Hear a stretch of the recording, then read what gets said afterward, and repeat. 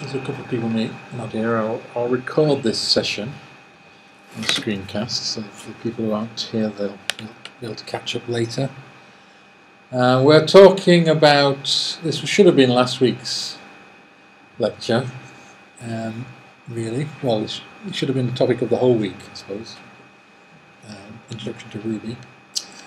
Before we get on to that, I just thought I'd point out something I've started to do. I found this documentation tool for JavaScript. So I started to put a bit of documentation around the code that I provided you with. I'll finish this off today, and then you'll be able to have a bit of a starting point for your project. There's a few notes of things that we need and want to add to this, so that you'll be able to have a bit of a flying start with backbone. So Ruby. Ruby language is it's one of these client-side programming languages. I think I said in the last session that there's a lot of choice for the web. There's all kinds of languages that will work on the web, providing they support some basic features like they must be able to access environment variables from operating system, read standard input, and write to standard output. That's about all you need from a web application programming language, and Ruby is one of the possibilities there. It's particularly attractive to us because there is a nice web framework called Ruby on Rails, which makes doing the server side of something like the project application we're doing for the coursework very easy. So I've not prepared any particular notes for this session.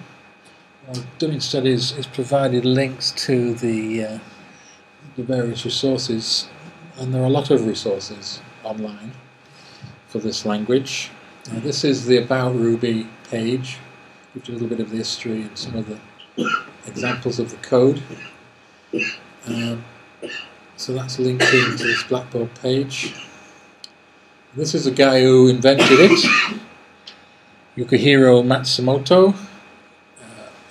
In fact, he did a presentation very recently in which he told us that Ruby is 20 years old, so it's been around quite a long time, the language, but it's probably been in widespread use maybe over the last 10 years or so. And particularly because of Ruby on Rails, it's gotten very popular. His philosophy is there. He wanted to write a language that he would like to use himself. He stole a lot of ideas from lots of other languages, like Perl and Python and Smalltalk. Particularly influenced by Java or any of the C-like languages. So Ruby is one of the languages that looks a bit different from the languages you've seen so far. But the syntax is quite nice. What I thought we'd actually do, I've got a number of suggestions for things to do offline. You might, for example, visit the ruby.org site, install Ruby. There's lots of things for learning Ruby if you want to chase some of those up. Plenty of documentation, and there's a nice community. Also, in the virtual machine that you can be provided with, I'll start that up.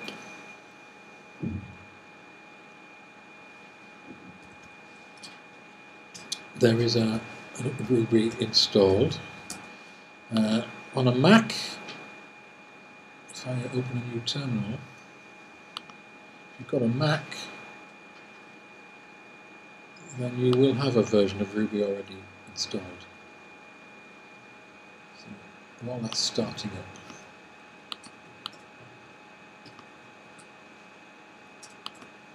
for other operating systems, you can easily get Ruby. It can be downloaded, built from source, or downloaded as an executable file for installation. There are three versions of Ruby in the wild. Ruby 1.8.7 is the one that's on the Mac by default. Still waiting on startup. Ruby 1.9.3 is the one that most people would recommend you start with, and they've only just released, literally last week, Ruby 2 has come out. So you could choose any one of those. There's no reason why not to jump straight to Ruby 2, I would have thought, in your case. There's, for Mac and Unix, you can also install this system called RVM, which allows you to choose which version of Ruby you want to use for a particular project, which can be quite useful. On Windows and Mac, there's this Ruby installer, which installs Ruby and everything else you need for running Rails. So that might be a good option for you. It's available for both Windows and Mac, and would basically install things for you. So that might be worth looking at. There's another one called Rails Installer as well, actually, that I've mentioned in the notes. So we've got shell. Okay, we've got a shell now. So if I type ruby -v, I'm actually using Ruby 1.9.3 on my Mac because I'm using RVM. But if I wanted to use the official Ruby, if I want to use a bin Ruby, it will, I think, be 1.8.7.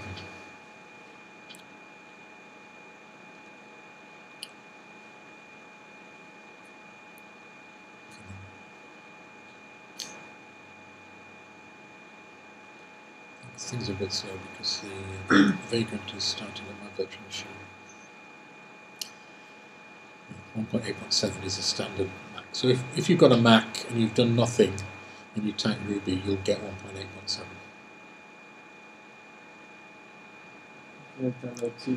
And you can do an RIB, and that will put you into the Ruby interactive command line. And eventually that will start up. Over on here. When that's finished, I'll show you the version we've got installed. So that's your standard Ruby prompt. You do things like 2.2, hello world. It's an interactive shell for Ruby that you can play with. Ruby add-ons. What add-ons? Go to Ruby store and there's an option of add-ons. Yeah, I'm not sure about Ruby. I'll try Rails installer. That's even better. Railsinstaller.org. And that is the version that you probably want to install because it's got the Rails as well, which we'll be using next term. So this is available for Mac, and just download it and install it. So it comes down to an image on the Mac, .exe on Windows, or .msi file on Windows. It also includes Ruby, Rails, Git, another copy of Git. SQLite is a database. And this thing allows you to compile C programs so that you can extend Ruby with C programs. That's basically the Xcode compiler without the graphical user interface. And these things are additional tools that come with it. So it's quite a nice way of getting Ruby up and running on your system. What I wanted to do really today, though, was to I didn't mean to show you which version of Ruby was on here. So if I do Vagrant, I've started my virtual machine, so I can do Vagrant SSH.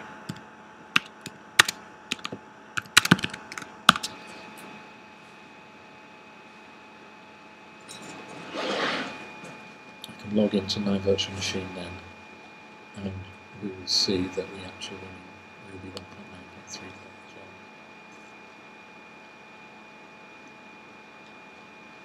So if I do Ruby -v here, it's 1.9.3, and I can do IRB and run Ruby on the command line in the virtual machine. So if you don't want to, you don't have to install anything. You can just use the version that comes with the virtual machine that you've been using in this course.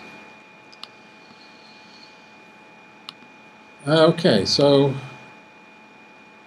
what I thought we would do today is I thought we'd just play with this. This is an online Ruby course. It's supposed to take 15 minutes, as they reckon. 1.5. And since we have a little bit more than 15 minutes, I thought we could try this out, see if it would actually be the basis of a session, an interactive session. So we've got on the left-hand side here are some instructions, some documentation, and on the left-hand side is a prompt. So this is just a Ruby shell, and it does exactly what the Ruby shell would do.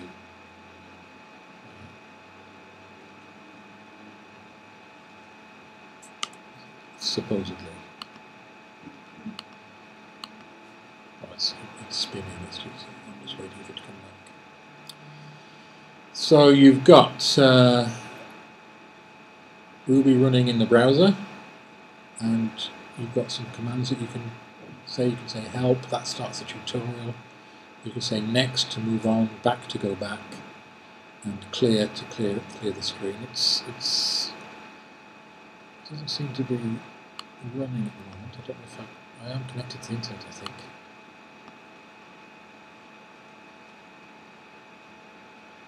Is it working for you? I'm on You're in a different place. I'm just not on the internet anymore, I guess.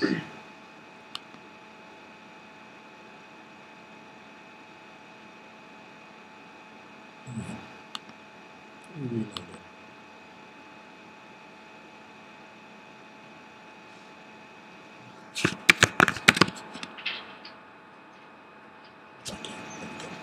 So this is just an interactive prompt on the right hand side, and this is instructions on the left. So we'll do what it says. We'll just type help, and the first thing it says is tells us what that is. So it says, is it working? It is, Yeah. So you can just type stuff. 5 times 10.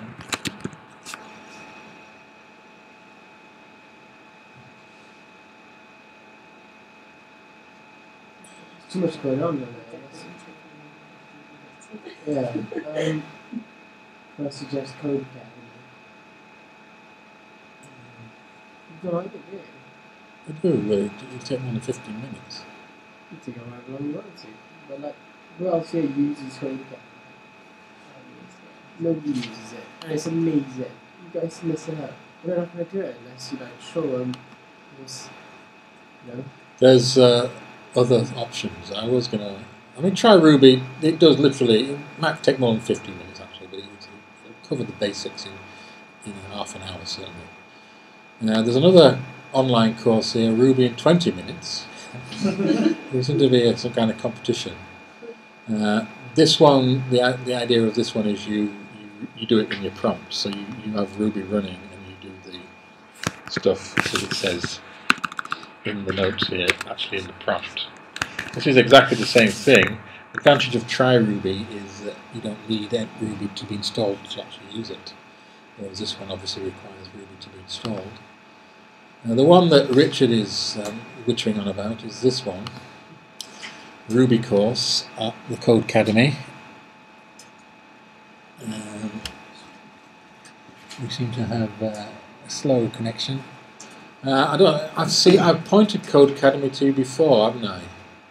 Because in this course there was a JavaScript course as well that I pointed out was what I was playing with. Introduction to Ruby. We can start variable types. Have you been doing this? Only a bit. I've done the first part of it.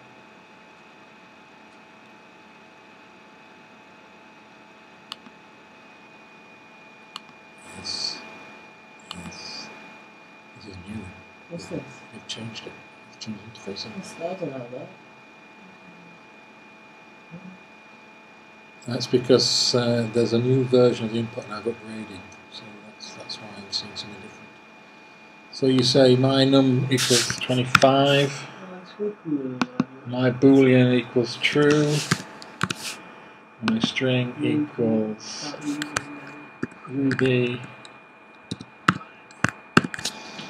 Notice that it's syntax colouring. You can save and submit, and it says yes. You just follow through this. It's a little guided tour through Ruby. This probably would take you a lot further than, certainly take a lot further than that Try Ruby course would do. Because not only does it give you little lessons, but it also has little projects that you can do and badges you can earn down there. So that's something, if you've got a bit more time, is worth thinking about. This one is also quite good, I think. This is similar to the Try Ruby. Perhaps it goes into a little bit more into detail. Called Ruby Monk. This one has got the. It actually has the support of Mats himself, so he quite likes it. So you start learning Ruby, and it goes through. Again, you enter stuff in and try it. Very useful.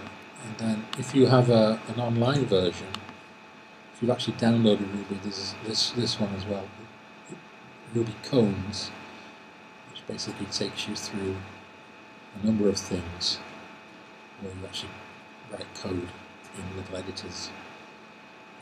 And I did that as well some time ago. Not quite as convenient as the online versions, but if you're offline, say in a caravan, and the weather's like this, you could do something like that online. You need internet to do it. So that's learning Ruby. I don't know if it's going to be quicker since I will say my name is Chris.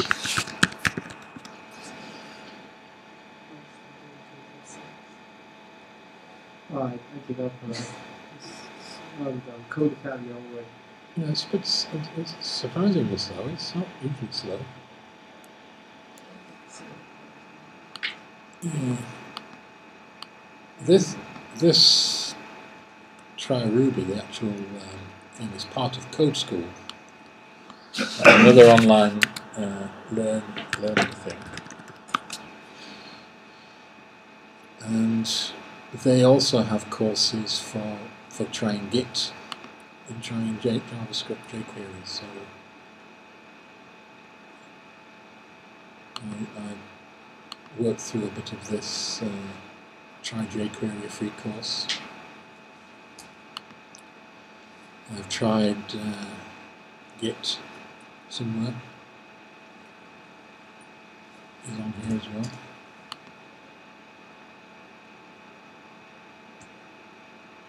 Takes you through the basics of Git in about 15 minutes. Quite nice. And a lot of these sites, if you are willing to prepare paid money, they have more comprehensive courses. Of course, you're at university, you've paid your 9,000, so you shouldn't have to pay more.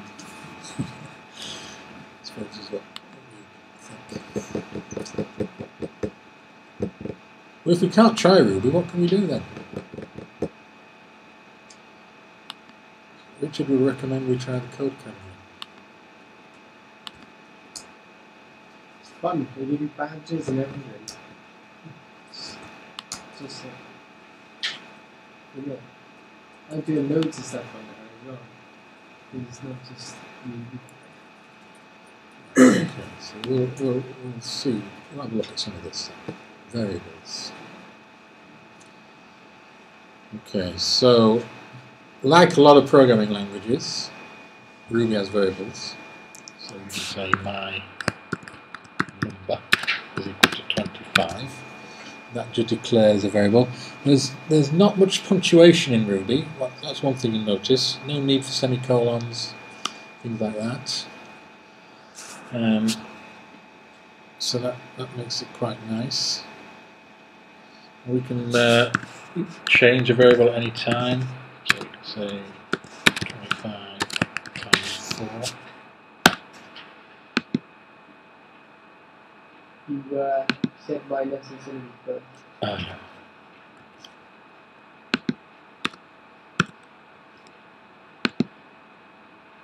Okay. You've got the usual operations: addition, subtraction, multiplication, division, exponentiation, modulo. So 2 to the power of 3 is 8.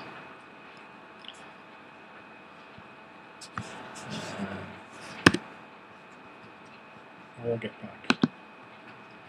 What? This doesn't have just an ordinary prompt though, does it? It'd be nice if we just had an ordinary prompt. So I could say like 2 modulo, no, let's say 6 modulo 3. What do you think that is? 2.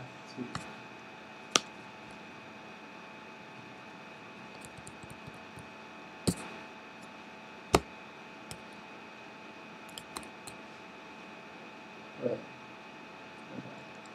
6 divided by 3 would be 2. You know why it's 0? The remainder. Yes, it's the remainder. So the modulo operator gives you the remainder of dividing and the one. Notice you've got integer division, so if I said 7 divided by 3, that's 1. Which is clearly not right. Yeah. I wanted to actually have float, I'd have to make one of those numbers a float. That's wrong as well, isn't it? Oh no, I did mention that.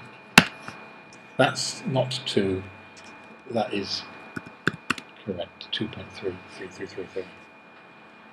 So you've got your basic numbers, nothing particularly good about that, so I want to just set my num equals 100 here so I can move on.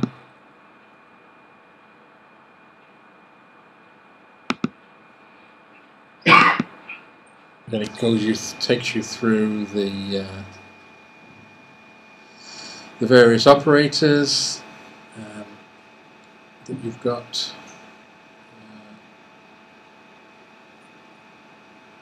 So I'll save that. The next lesson. Puts and print. This is for output.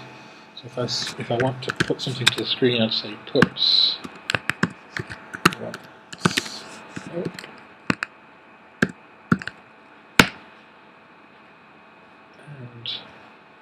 print version is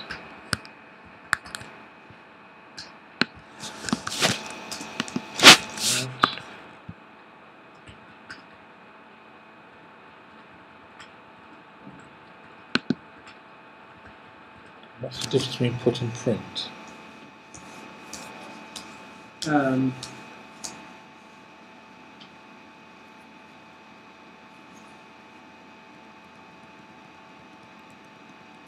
wonder what puts the little mill thing at the end The mill is the return value.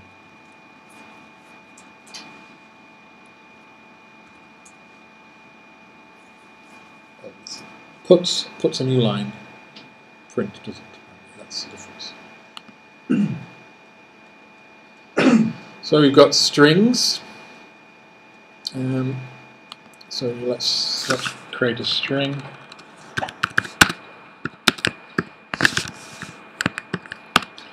What you can do with strings then is you can say things like hello downcase. Like that. So change the case, or hello upcase. Hello reverse. And an interesting thing you can do is you can actually pick up a string and you can say methods. And methods will give you a list of all the possible things you can do with a string. Okay, so you can convert a string to a string, you can add a string to a string, so you can say center, hello. plus chomp is input, isn't it? chomp. Hello world. I'll show you what chomp does.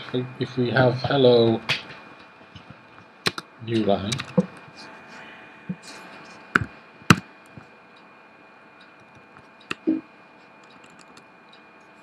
chomp will get rid of the new line.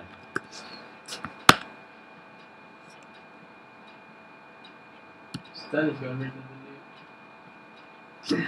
If I type that, it's got a new line. If I say chomp, it gets rid of the new line. So if you're reading from a keyboard, say, when you read from the keyboard, you'll have a new line at the end of the line. Chomp will get rid of that new line. So you just have to string. So what's Chop. The beauty of this is you can just find out, can't you? What's the difference between chomp and chop with the exclamation mark?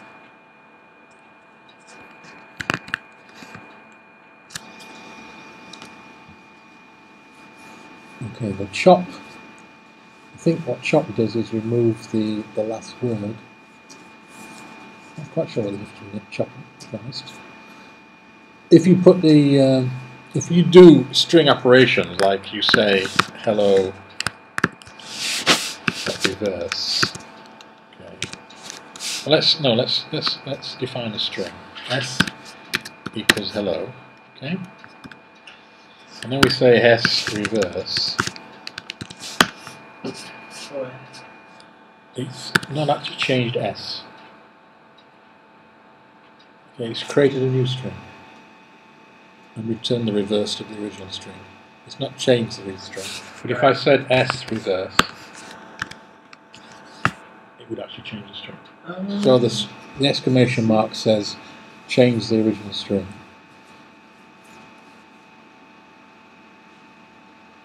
You can also do things like length. So you can say, what is the length of a string? It's 5.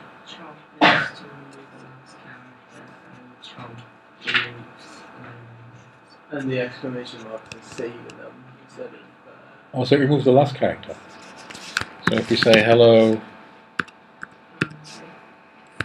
chop,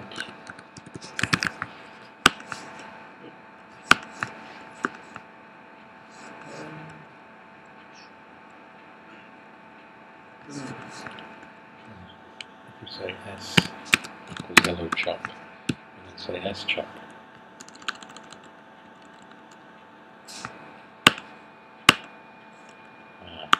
Good.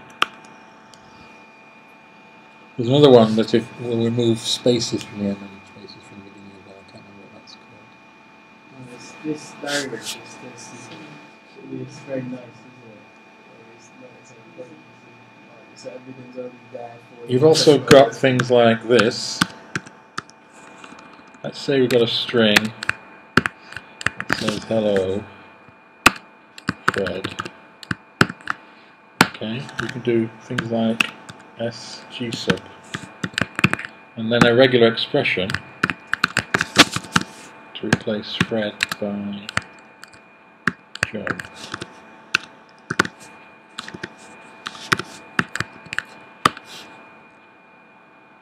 Okay, so it takes regular expressions the way we defined them before. Yeah, and you can manipulate strings by doing G sub. You can do matches on strings with regular expressions. There's all kinds of stuff you can do with strings.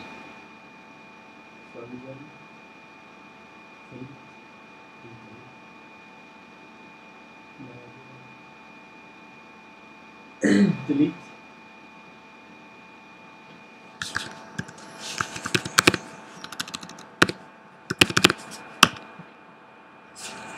I use with an exclamation mark as well. Don't know. The other thing worth noting, if you've got numbers in something like Java are primitives, yeah? But you can actually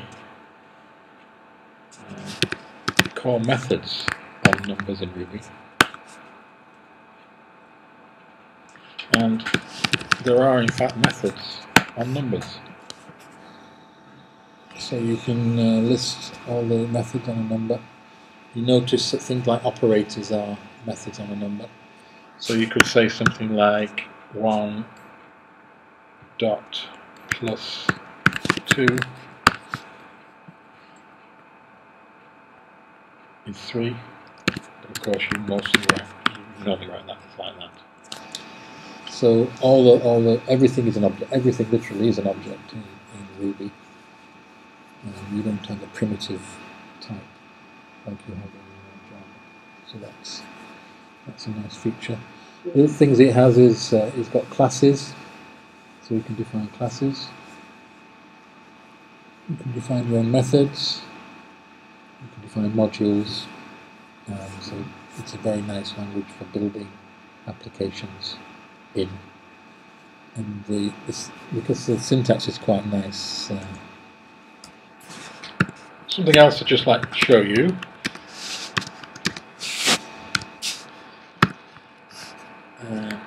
Got an array.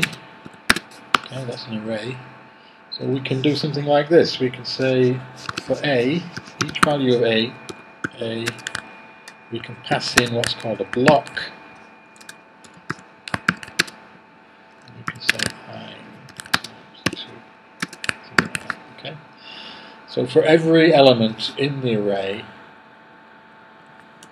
you take the element, call it I, and we multiply by 2.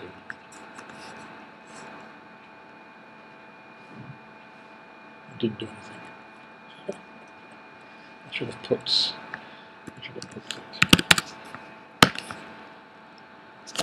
That's strange. You know it else if statements. Mm-hmm. We're going to put else there's no space, there's no last E. Yes, that's right. That's a thing. Yeah, the syntax is somewhat different. That's something you will notice. It's different from C, it's different from Java, different from JavaScript. I think it's slightly easier to read myself, personally. So what Richard was saying, you can say if I don't know, A is equal to true.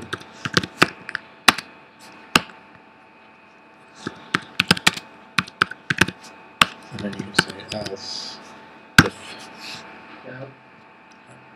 Elif? It's ELS. Yeah. Else if, like that. No space, no.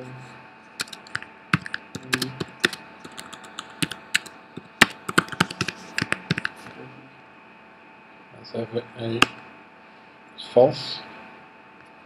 False. That's when it's indented first time. And the third one, but not the second. I don't know. Are you sure it's else if like that? You know, that was just there in front of me, so unless this is wrong, I'm sure. And then you put end.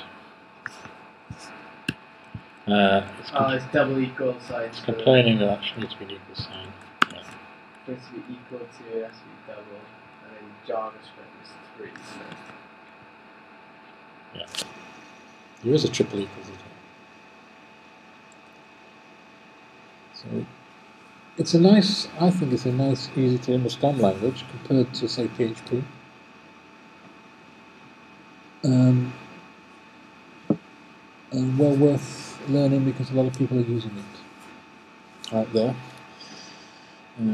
What I intended to do was, as I said, I wanted to go through this Try Ruby course in 15 minutes, but it took too long. It wasn't actually reacting quickly enough for us to do that in this session.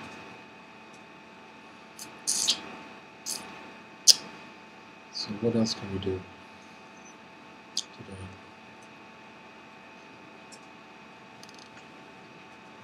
I'll make a suggestion. Yeah. And let me get to control of the lecture, and then I'll jump on Code Academy, and then I'm talking. And then we can all brainstorm through how to solve each problem one by one. Get some interaction going. Get some. Oh, I was going to do it on the old one, but it's quite hot there, isn't it? Because of this fan here, there's a lot of it coming out of this projector. So. Go on then.